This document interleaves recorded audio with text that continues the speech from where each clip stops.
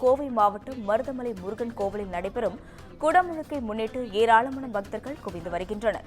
இதுகுறித்தான கூடுதல் விவரங்களை நமது செய்தியாளர் ஞானசேகரன் வழங்க கேட்கலாம். வணக்கம் ஞானசேகரன், உங்க விவரங்களை பதிவு செய்யலாம். வணக்கம் அஸ்வினி. கோவை மருதமலையில் பிரசித்தி பெற்ற சுப்பிரமணிய சுவாமி கோயில் உள்ளது. இந்த கோவிலில் முருகப் பெருமானின் 7வது படை வீடு என்று பக்தர்களால் போற்றப்படுகிறது. இந்த கோவிலில் கும்பாபிஷேகம், மங்கள இசை, திருமுறை, திருமாறை, திருப்பாராயணம், விநாயகர் பூஜையுடன் விழா தொடங்கியது. தொடர்ந்து தினந்தோறும் சிறப்பு பூஜைகள், வழிபாடுகள் நடைபெற்று வந்தன.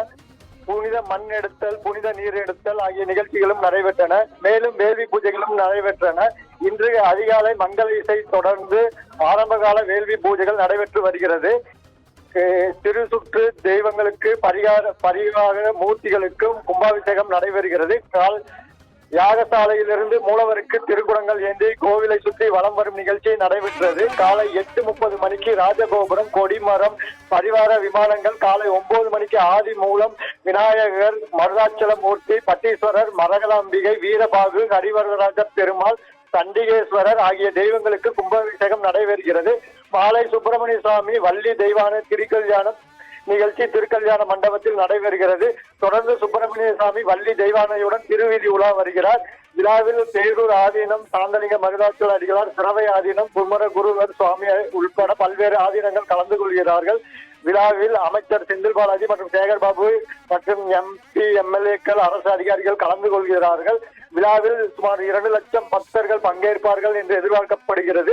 இதனால் பக்தர்கள் மீது ட்ரோன் மூலம் புனித நீர் தெளிக்க ஏற்பாடு செய்யப்பட்டுள்ளது. பக்தர்கள் எளிதாக சென்று வர வசதியாக தனித்தனியாக வழிகள் அமைக்கப்பட்டுள்ளது. பக்தர்களுக்கு தேவையான குடிநீர், உணவு வசதி ஏற்பாடு செய்யப்பட்டுள்ளது. விழா ஏற்பாடுகளை அறங்காவலர் குழுவினர் செய்து வருகின்றனர். செந்தில் பாலாஜி அறக்கட்டளை சார்பில் நேற்று முதல் சிறப்பு அன்னதானம் பக்தர்களுக்கு வழங்கப்பட்டு வருகிறது.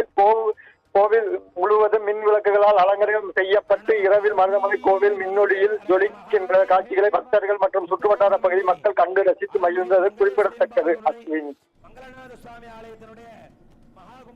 விவரங்களுக்கு நன்றி ஞானசேகரன்.